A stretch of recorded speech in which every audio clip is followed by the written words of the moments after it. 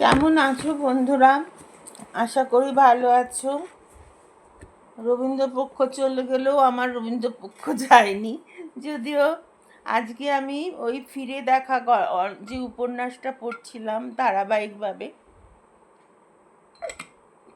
সেটা পঞ্চম খণ্ড অবধি পড়েছিলাম। আজকে ষষ্ঠ খণ্ডটা পড়ব। লাস্ট যেটা পড়েছিলাম সেটা আমি একটু পড়ে নিচ্ছি। পড়ে লাস্ট প্যারাটা তাহলে ধরতে পারবে তোমরা যে কতটা পড়ে মানে পড়া হয়েছিল। তারপর থেকে আমি পড়ছি।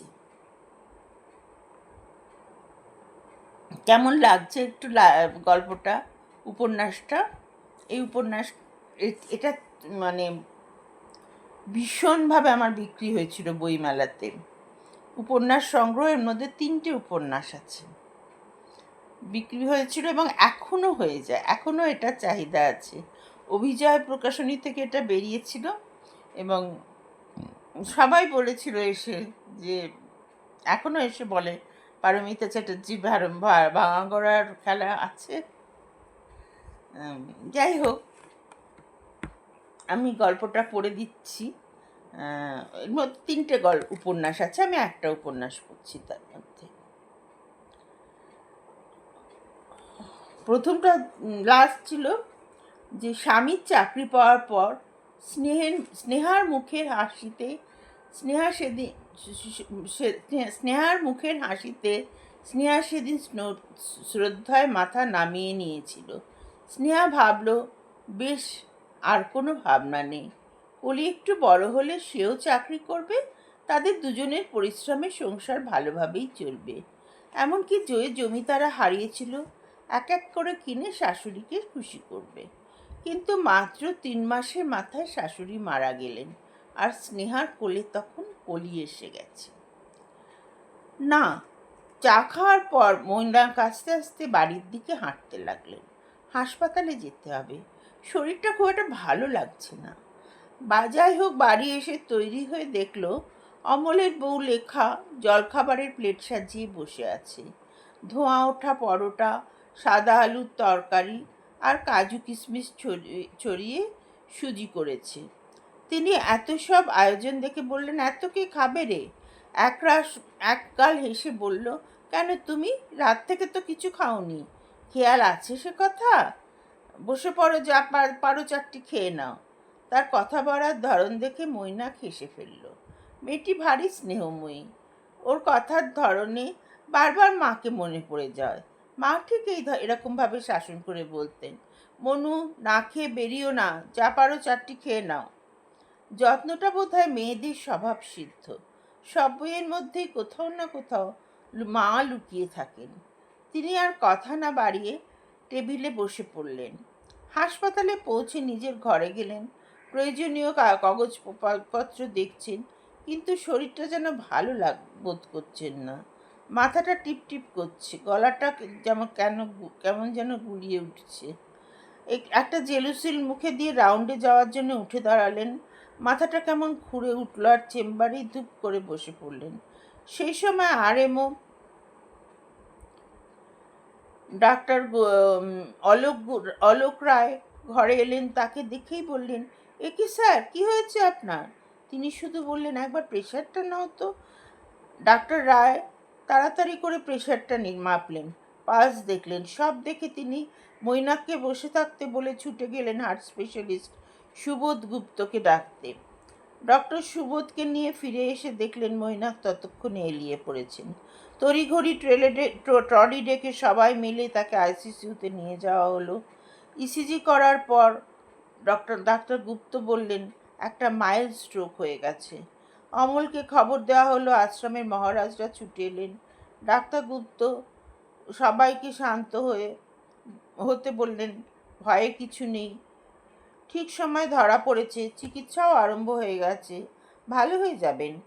অমল তো ছেলে মানুষের মতন কেঁদেই আকুল। তারপর ডাক্তারদের কথায় শান্ত হয়ে ভাবল, এবার কর্তব্য কর্মগুলো করতে হবে। বাড়ি গিয়ে লেখাকে খুব বেশি কিছু বলার দরকার নেই, যতটুকু না বললে হয় ততটুকুই বলবেন। তারপর সন্ধ্যের আগে চেম্বারের সামনে দাঁড়াতে হবে। রোগীরা এলে স্যারের অসুস্থতার কথা বলতে হবে। বলতে হবে এখন তিনি কেমন আছেন। এখন তিনি বেশি বেশ বেশ কিছুদিন রুগী দেখতে পারবেন না। তারপর খাতা দেখে কাল পরশু তরশু যাদের অ্যাপয়েন্টমেন্ট আছে সবগুলো বাতিল করতে হবে। স্যার তো বলেইছিলেন মা চলে যাওয়ার পর কলকাতায় তার কেউ নেই, কাজে কলকাতায় খবর দেওয়ার মতো কোনো জায়গা তার নেই। অমল বাড়ি ফিরতে ফিরতে আরও অনেক কথাই ভাবছিল। আজ থেকে তো তাকে দেখছে না, সেই কবে থেকে, তখন বোধহয় তার 7 কি 8 বছর বয়স হবে। তখন তার বাবা স্যারের কাজ করত। স্যারের প্রথমে গাড়ি ছিল না, বাইক চালিয়ে ঘুরতেন। তারপর গাড়ি কিনলেন। প্রথমে তার বাবা ড্রাইভারের কাজ করত। স্যারই তাকে পড়াশোনা শিখিয়েছিলেন। বিয়ে শাদী বিয়ে শাদী তিনি করেননি, কিন্তু তার আর লেখা তার আর লেখার বিয়ে স্যারই দিয়েছিলেন। তার বাবার মত ছিল না, কিন্তু স্যার বলেছিলেন যখন ওরা ভালোবেসেছে দুজনে দুজনকে, তখন তো বিয়ে দিতেই হবে। ও আমার গাড়ি চালাবে। আর বাবাকে বলেছিলেন, তুমি আশ্রমের জন্য যে গাড়িটা একটা নেওয়া হচ্ছে, তুমি সেইটা চালিয়ে। ওই গাড়িটার অনেক দূর দূর যেতে হবে, ও ছেলে মানুষ, অত দূর যেতে পারবে না। আশ্রমের গাড়িটাকে মাঝে মাঝে দূরে যেতে হয়, কাজের জন্য ও নতুন চালাচ্ছে, ও পারবে না দূরে নিয়ে যেতে। বাবাও রাজি হয়ে গেছিলেন। তাও দেখতে দেখতে 6 বছর হয়ে গেল। এই স্যার তার বাবার চেয়ে কিছু কম নয়। স্যারের জন্যই তাদের এক গোটা পরিবারটা বেঁচে আছে। কিন্তু কাল থেকে স্যারের কিছু হয়েছিল। চেম্বার থেকেই শরীরটা খুব খারাপ লাগছিল। সে বুঝতে পারেনি, কালই সতর্ক হওয়া উচিত ছিল। স্যার তো সেভাবে কিছু বললেনও না। নিজের ওপর নিজেরই রাগ হচ্ছে, চোখে জল এসে যাচ্ছে। স্নেহা সকালে উঠে চা খেয়ে মেয়েকে একটু পড়ায়, তারপর মা মেয়ে তৈরি হয়ে স্কুলের দিকে রওনা হয়ে যায়। সকালে কাজের মেয়েটা এলে তাকে বলে, একটা রান্নার লোক দেখে দেখে দাও না। স্নেহার মা বলল, কেন, আমি কি করলাম? স্নেহা বলল, কাজ করতে করতেই তো হাড়মাস কালি হয়ে গেল তোমার মা, এবার একটু বিশ্রাম নাও না। মা বললেন, না, আমার একটু কুটনো বাটনা করে দিলেই হবে। ওই ওই তো তোরা খাস, ও আমি করে নেব। যেদিন পারবো না তোকে বলবো। ওই রান্নাটুকু নিয়ে আছি, থাকতে দে। তার শান্ত মায়ের রাগত মুখ দেখে স্নেহা মাকে জড়িয়ে ধরে বলল, তোমার জন্যই তো আমরা বেঁচে আছি মা। আমার জন্য তো তোমার দাদার কাছেও যাওয়া হয় না। মা বললেন, আর তোমার দাদাই বা কতবার এসেছে, সেই যা পৌঁছে দিয়ে চলে গেল। তারপর তো কত ছুটি গেল। আর চিঠি লিখে পুজোর সময় আসবো বলেও এলো না।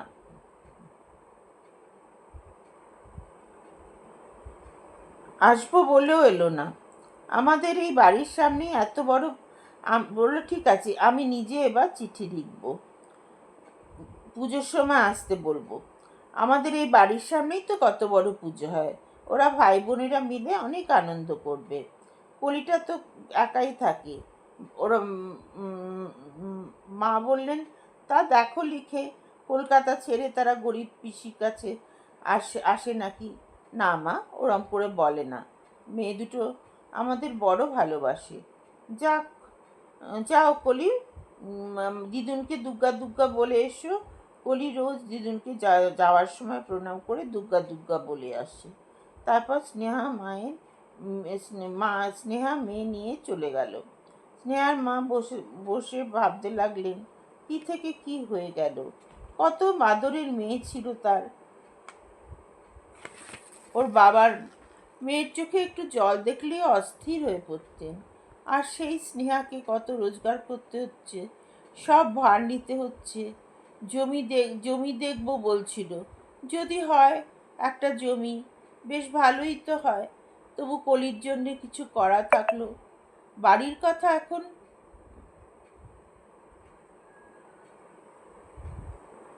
বাড়ির কথা তো এখন ভাবাই যায় না। একটা জমি থাকলে তবু কিছু কলির জন্য করা থাকলো। বাড়ির কথা এখন ভাবে না। যবে ভগবান দিন দেবেন তখন হবে। যাক, এবার উঠে চান করে দুটো মুখে দিয়ে পিঠে বানাতে বসবেন। কলিটা যে কি পিঠে খেতে ভালোবাসে, শুধু কলি কেন, তার মা মামা এরাই কি কম ভালোবাসতো? যেদিন পিঠে বানাতে বসতেন, দুই ভাই বোন বাটি নিয়ে সামনে বসে থাকতো। কে কটা খাবে সে কি আজকের কথা? এরকমই তো এক পিঠে খাবার দিনে মৈনাককে নিয়ে এসেছিল রাজা। নানা বলতে বলতে বেশ কয়েকটা পিঠে খেয়ে নিল। কি যে হলো ছেলেটার! বলে গেল 6 বছর পর আসবে, এলো না। তার বাবা অবশ্য বললেন ও নাকি ওখানে কোনো সহপাঠিনীকে বিয়ে করেছে। তবে শুধু শুধু আমাদের অপেক্ষা করতে বলার কি দরকার ছিল? যাক, তিনি এখন তাড়াতাড়ি রান্নাঘরটা পরিষ্কার করে বিকেলে বিকেলে পিঠে বানাবেন বলে। এই অবধি পড়া থাকলো 6 পর্ব, আর কালকে সপ্তম পর্ব পড়ব। তোমরা সবাই ভালো থেকো, খুব আনন্দ করে থেকো, যে যতটা পারো। এখন চতুর্দিকে রোগের ছড়াছড়ি, কাজী কখন যে কার কী হয়, একটা কাশি হচ্ছে শুনলাম, খুব বিচ্ছিরি ধরনের। একবার হলে আর সারতে চাইছে না, গলা বসে যাচ্ছে। আর এই আর কি, বোন ডেন্সিটি নিয়ে ভীষণ ভুগছি। তলায় পাটা পুরো অবশ হয়ে যাচ্ছে। মেয়েদের বলছি প্রথম থেকেই ক্যালসিয়াম এবং বোন ডেন্সিটির ভিটামিন D3, ভিটামিন ডি এই টেস্টগুলো করাবে। মেয়েদের এই উপেক্ষার জন্য মেয়েরা কিন্তু সবচেয়ে বেশি ভোগে। এইগুলো পাটা নষ্ট হয়ে গেলে খুব অসুবিধে হয়, যেটা আমার হচ্ছে। পা অবশ হয়ে যাচ্ছে তলা থেকে। বোন ডেন্সিটি এত কমে গেছে যে ইনজেকশন দিতে হবে বছরে 2টো করে। সেই ইনজেকশনটা খুবই কষ্টসাধ্য এবং নার্ভেরও তো প্রচণ্ড ঝামেলা। যাই হোক, কি হব ভেবেছিলাম, কি হলাম, কি করব ভেবেছিলাম সারা জীবন, কি করলাম, এটা আমি ভাবি না। আগে খুব ভাবতাম, ভেবে ভেবে ভীষণ ডিপ্রেশনে চলে যাচ্ছিলাম। এখন ভাবি যে ভাগ্যে সেই জীবনটা পেয়েছিলাম, তাই জন্য আমার মেয়েরা আমার জন্য এত ভাবে। ভাগ্যিস অত গুরুজনদের আশীর্বাদ আমার উপর ছিল, নিশ্চয়ই ছিল। তারা পারমিতা ছাড়া আমার আমার উপর খুব ভরসা করতেন। শ্বশুরবাড়ি, বাপের বাড়ি, বাবা মা আমার হাতে, এবং মা আমার এবং দিদি, তখন দাদা বৌদিও আসা যাওয়া করতো। কিন্তু বাবা তো সম্পূর্ণ আমার হাতে মারা গেছেন। আর যেদিন মারা গেলেন সেদিন সকালে দিদি এসে পৌঁছলো আমেরিকা থেকে। ওর ভিসা কিছুতেই পাচ্ছিল না। শেষকালে এখানে ডাক্তার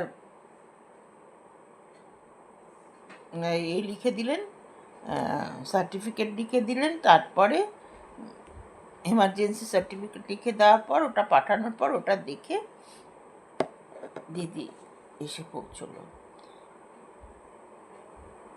এইরকম, তাই তাই তাদের আশীর্বাদে হয়তো আমার মেয়েরাও সেটা শিখেছে।